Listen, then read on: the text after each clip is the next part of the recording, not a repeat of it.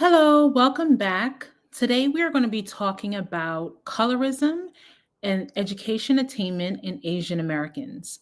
So, in another video, I went over how Asian Americans are underrepresented in special education, but I'm definitely going to be doing a series on how colorism affects children, schooling, education, self-esteem, internalized racism. So today we're going to be focused on how colorism may affect the education attainment in Asian Americans. A lot of research has been done on how colorism affects Black Americans in America, obviously in America, I said Black Americans. And also we have some research on Latino populations, Indian populations, but how do, the vast multi-ethnic, multiracial, multicultural Asian American population, how are they affected by colorism? So let's first start off just looking at some research on Asians in this country. So I'm going to just show you this article. This is a New York Times article that talks about characteristics of Asian groups in the United States, their median household income. As you can see, actually, Asians are the highest income earners in America. Actually, I think Indians are the highest earning out of Asians, and that's actually almost 50,000 more than the median of other racial ethnic groups in America. So also Taiwanese, Filipino, you can see Sri Lankan, two Asian groups combined, Chinese, Japanese. So it depends on where certain households live too as well, because sometimes they may earn a lot more in certain areas. So obviously Asians are extremely diverse, right? Come in all different shades, all different shapes, all different textures, hair textures, features, right? So lumping Asians into one monolithic group is you're bastardizing Asian people because they all are extremely different. Many languages come from many ethnic backgrounds, right?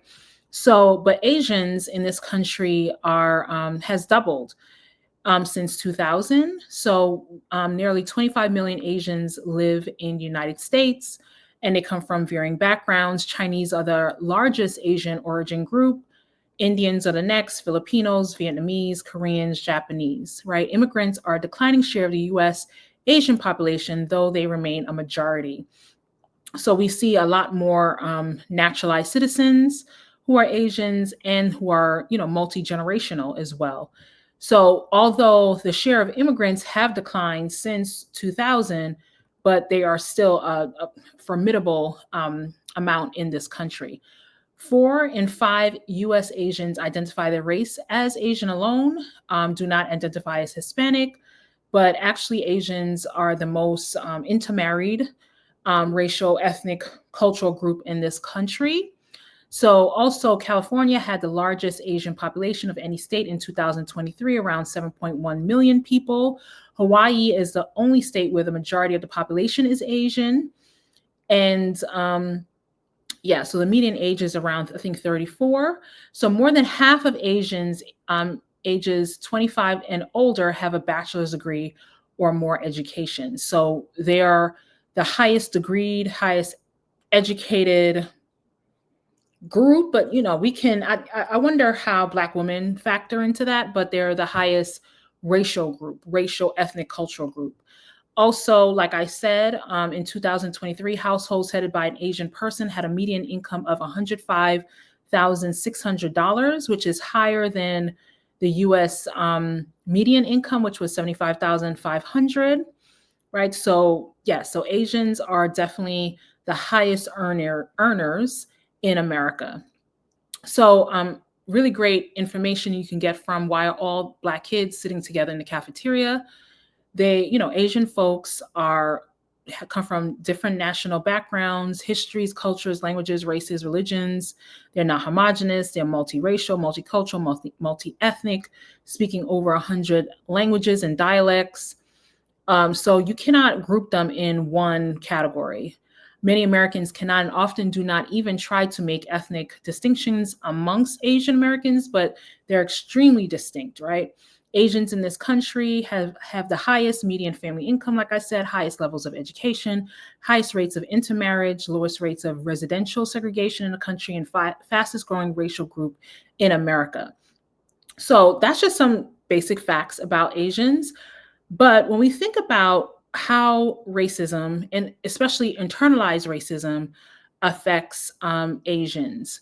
So when we think about internalized racism, this is what lies in the individual. And of course, oh, I forgot to say, these slides come from, this specific slides come from Race Forward. A group called, I believe, Race Forward, they had a PD on race and racism in this country, and these specific slides come from there.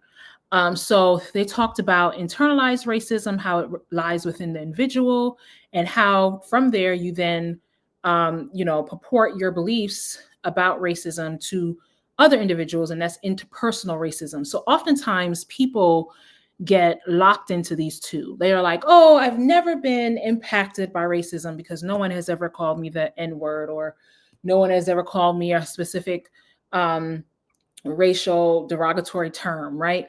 But that's not, that's actually, you can argue with me in the comments. That's actually the minimalistic viewpoint about racism. That is, yes, that's the interpersonal, but that is not the most important. The most important aspects of racism is the institutional and the structural. What lies in the institution, a system like police, hospitals, healthcare, education, transportation, etc. These entities, right? But then when you get structurally, that's like a whole school district, a whole police department, a whole slew of hospitals, insurance agencies. You're talking about every facet of residential areas, a whole neighborhood. So when you talk about institutions and structural, those are the macro, those are the systems that perpetuate racism. But when we talk about the individual, that's where you have internalized racism. This lies within the individual. These are private beliefs that reside inside our minds. And then this has to do with anti-Blackness, xenophobia, internalized oppression. We may feel superior than other people, or inferior based on certain factors. So we're going to talk more about the inferiority complexes Asian Americans may have. So what does that mean? Sorry about the internalized racism, the way the slide looks. So this is where people feel inferior. They feel as if they accept or act out the inferior definition of themselves based on their oppressor. It's rooted in historical designation of one's race, disenfranchisement, disempowerment, etc., self-defeating behaviors, whereas some people may feel empowered, right? If someone says, hey, my lighter skin is more beautiful, more intelligent, more normed, more welcomed, more desired, more valued, you feel like you're superior to others, right? This may not be explicit. This can be extremely implicit. This can be in your shadow self, right? A lot of people, if they admit to the advantages and privileges of being lighter skinned, that means, you have to admit that you may be more valued, more worthy in the society. You maybe have had a different experience than someone who was darker skinned. A lot of people do not want to, they rather see the racism, but they don't necessarily want to see the colorism within the race, right? So Asians may not want to see this, may not want to, no, I believe people, they see things, they know things, and I don't believe in a naivete of people. I don't make excuses for folks. People see it, people know it, and also people feel very privileged and very advantaged based on their position. And and then some folks may definitely act out a superior sense of being. They feel empowered. They feel like they have privileges. They have access to institutional power. They have invisible and visible advantages. So yeah, a lot of times people do not want to admit to something because then they have to admit that they have advantages, privileges that other people don't have, right? So we're going to talk a little bit more about this. So colorism, sorry about the typo with the internalized racism. This is just how it looks. Let me see if I change the image if it looks different. Nope, it doesn't. All right, so colorism has to deal with how darker skin tone people are treated inferior. So some people may argue with me about this, but colorism predates racism. People who developed racism were colorist against their own people, and they perpetuated that amongst various racial ethnic groups. So so in this, we're going to talk about Asian Americans, and they have extreme variances when it comes to, or in variety, when it comes to skin tones, right? You can have very lighter skinned, Asians versus black skinned, black toned, like literally the blackest people I have ever seen, I believe was a Bengali, somebody from Bangladesh. And that would be like, oh my God, I thought it would be someone from Africa. And of course, I've been to many countries in Africa, but I've definitely seen very darker skinned African people. But the darkest I think was a Bengali, but you wouldn't think so from, watching TV, because a lot of people position Asians as very light skinned, from Bollywood, from, there's a huge, of course, lightening skin, many different groups lighten their skin because they see the advantages of having whiter skin in this society, have lighter skin, right?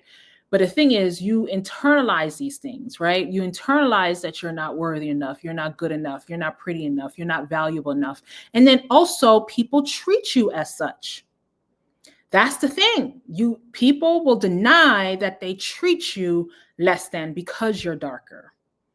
They give you less opportunities because you're darker, right? So that's the thing. And then folks will be like, oh no, I just worked harder. Oh, I'm just cute. Oh, I'm more desired. I look good and this and that. Why you think you look good? Who told you? Right? Okay. But the thing is that this has a lot of implications when it comes to educational attainment, how much you earn. So we're going to talk about different statistics. Also, sorry for the, I don't know why it's coming out like that, but texturism and featureism. So this is huge, right? The texture of your hair, the straighter it is, the colors of your hair, the thicker it is, you're treated differently because of that, right? People assume if you have a particular type of hair with Black folks or with other folks, oh, you're more mixed, or you have traces of white, or even Asian, they'll say, oh, you got Indian in you, right? Like people, so you see a lot of, if you have straighter hair, people would straighten your hair constantly. They don't want to have frizzy hair or curly hair or coiled hair or thicker hair, right? So people in Asian groups, also in other racial ethnic groups, will favor the straighter hair, longer hair, right? Also features. What kind of features do you have in your face? So you have high cheekbones. Are your eyelids also?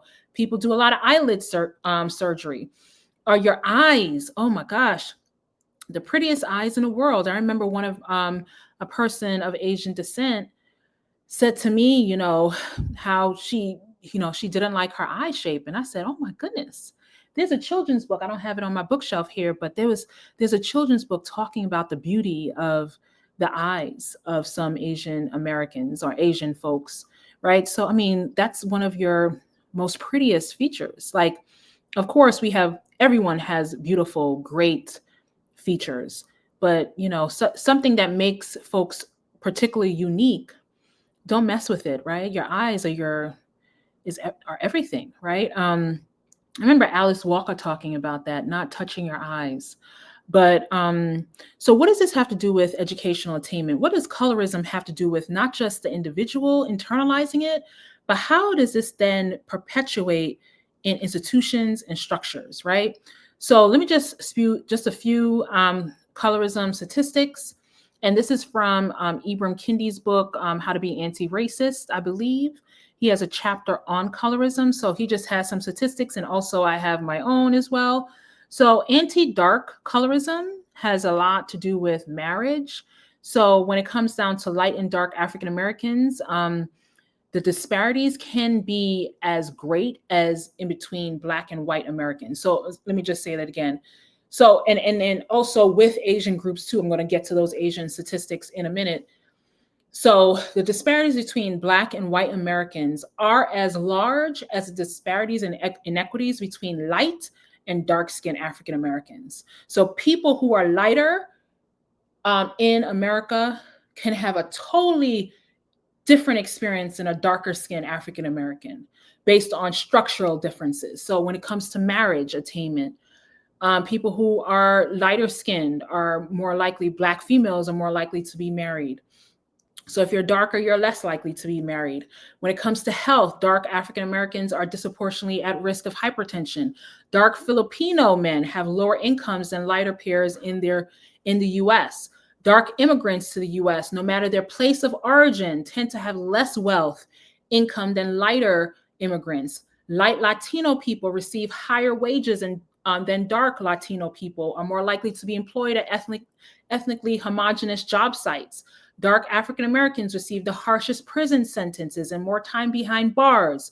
White male offenders with African racial features, so-called, receive harsher sentences than their all European peers, right? Dark female students are nearly twice as likely to be suspended as white female female students. So these are just some statistics when it comes to colorism, but let's look at actually education attainment in Asian Americans. So these are some really great research. So this one right here, I'm going to feature. This is from an author. This is from an author. His name is Ryabov. He wrote this. This is an article called Colorism and Educational Outcomes of Asian Americans, Evidence from the National Longitudinal Study of Adolescent Health. So this was published in 2015. So he found that Asian American males and females with white skin are more likely to be college educated. Conversely, the odds of getting a bachelor's degree or higher are significantly higher for Asian Americans with light skin tone than for their co-ethnics with dark brown skin tone.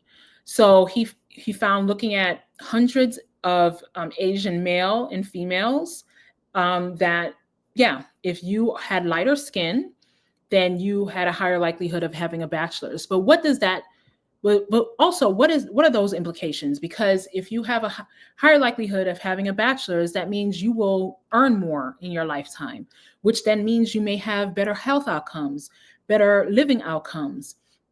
Your kids may have better outcomes because of this, right? Because the fact that you are darker, you are institutionally and structurally disadvantaged, right? So this is not, oh, someone called me a name, or, oh, I was oppressed because, some people, were jealous of me because I had this feature or that feature, or I was lighter. That's a personal issue. Yes, it could be very detrimental to that personhood. But when we talk about institutions and structures, that's a different thing. And also we talk about multi-generational disadvantages of colorism in this country and also over the world, right? So a lot of this stuff is focused on this country, but we're going to talk about a lot of different things from various groups, but this is very serious, right? So the main finding in this article, after controlling for all individual and school level predictors of educational attainment, white-skinned Asian American males and females are more likely to have some college education and a bachelor's degree, and less likely to remain high school graduates in the young adulthood if compared to their co-ethnic with light brown skin tone. Even light brown skin tone. If you have white skin, you have more advantages than someone who has a light brown skin tone from the same group. At the same time, we found that in Asian American women, dark skin tone, if compared with light brown skin tone, is also associated with decreased chances of getting some college education and the bachelorette, and with increased chances of having a high school diploma. The effect of brown skin tone is also significant in determining the odds of having a bachelor's degree for Asian American men. All in all, lighter complexion among Asian American young adults of both sexes is associated with higher educational attainment. So, when you think about these things, right? And you realize this because people do realize this, right? You realize who is getting the bachelors, who's in college, who's able to do this, who's doing menial jobs, right? You can see this. You could see clearly the stratification, the color stratification in this country. Then, reasonably, some people may say, "Hey, I want to whiten my skin tone, right? I want to whiten my skin tone, bleaching, or I want to partner with someone who is lighter so that they can have better outcomes." I'm not saying this is right, but I can see why people make certain decisions because we have institutional and structural and multi-generational advantages of lighter skin tones than darker skin tones, right? So other findings from this article. The most feasible explanation of the main finding that skin tone exerts a powerful effect on educational attainment of Asian Americans seem to be related to the direct and indirect effects of the pervasive institutional discrimination based on skin color. The direct effect implicates a teacher bias toward darker skinned students inherent in the US educational system, while the indirect effect means that darker skinned Asian American youths are unwilling to invest in their educational attainment because they internalize this bias. Very, very, very interesting. So I don't know if I told you, if you watch my channel, I am constantly in schools. And this is something I see very pervasively. I was in a school where I was the darkest person in the school. And everyone was pretty much, whether they were white Latino or white Asian. And I never got the sense that any of the teachers thought that these children were intellectually inferior. In contrast, I will go into other schools where the kids look just like me.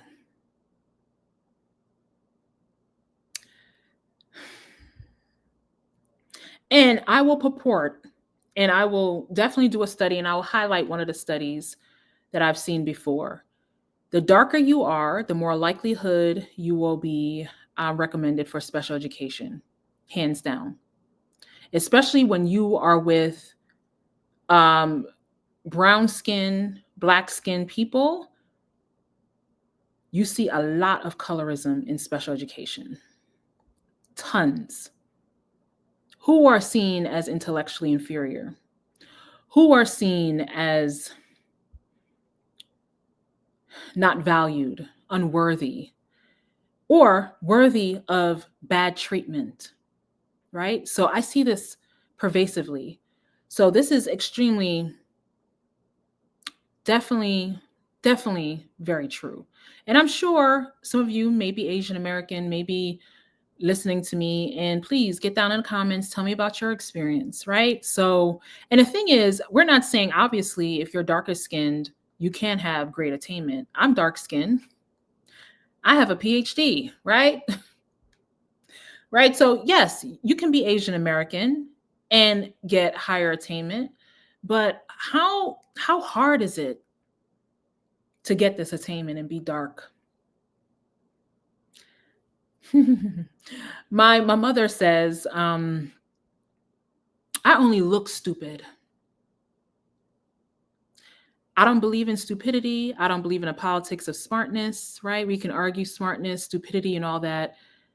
But she will say, I only look stupid. Right? Skin tone.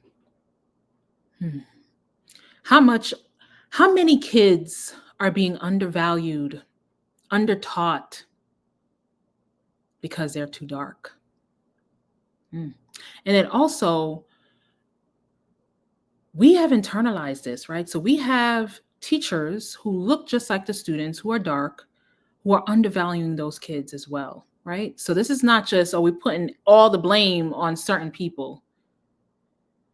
How are we internalizing it? How are our families internalizing this oppression? how we limit children because of their skin tone, right?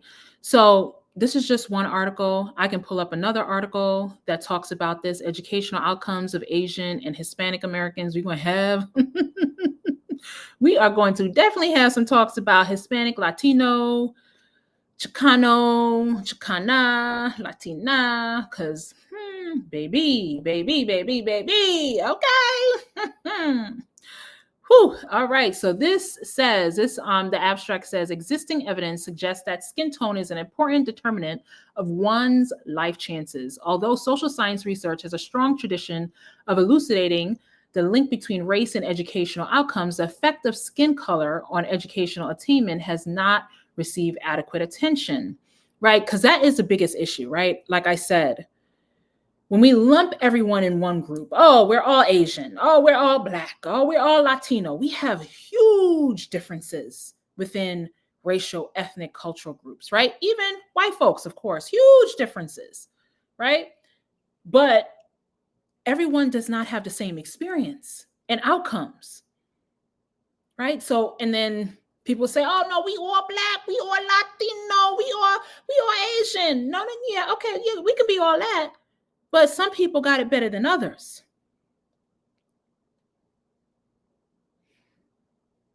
Okay.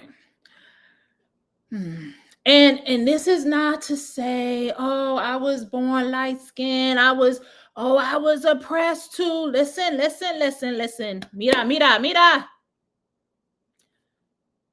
Your personal plight does not trump institutional and structural outcomes. I understand you were oppressed. People teased you. People did this. Oh, I was this. I was that. But let me just tell you. What was a saying? Someone said, if you feel like you're having a hard time, you just keep on living. But if you feel like you having a hard time in life, just probably get 15 shades darker and see how harder it could be for you. And I'm being very honest because colorism is real interesting to me, right? And I'm going to have more conversations about this. So I'm trying to center children because children are being impacted by this and they see themselves as less than because of the institutional and structural colorism that is out there that's not, shown everywhere because we're constantly talking about the monolithic. No, people have very different experiences. So let me just close out on this one. So basically, the main objective of the present investigation in this article, this is by the same author, RYABOV, talking about Asian and Hispanic Americans. So the main objective of the present investigation was using a national representative longitudinal data to evaluate educational attainment of Asian American and Hispanic young adults in the United States as a function of skin tone and other covariates. So basically, separate analyses were carried out for Mexican Americans, Puerto Ricans, other Hispanics, East Asian, Filipino Americans, and other Asians. Additional analyses were conducted on a subsample of sibling pairs of Asian and Hispanic origin. Control variables included family, socioeconomic background, parental involvement, family, social support, average school, SES, and others. Although we observe a certain degree of cross-ethnic heterogeneity, I pronounced that wrong. I'm going to keep on moving. The results consistently point to a strong association between educational attainment and the lightness of skin tone. The findings also suggest that the affronted relationship is the strongest among U.S. young adults of Filipino and Puerto Rican descent. Interesting. Another great article is going to be linked in the description box below. What do you think about what I said? I'm sorry if I offended people. Like I said, your personal experiences are very valid, right? If you were lighter skinned, you were oppressed, you were discriminated against, people made fun of you, people teased you, you didn't feel accepted. But at the same time, that does not trump the disadvantages, the multi-generational disadvantages that darker skinned people have in this society institutionally and structurally, right? So please get down in the comments. Please like, share, and subscribe. and tell me about your experiences. So if you're Asian American, do you have higher attainment if you're lighter skin? Do you face specific strife because you're darker skin? Let me know. All right. Bye.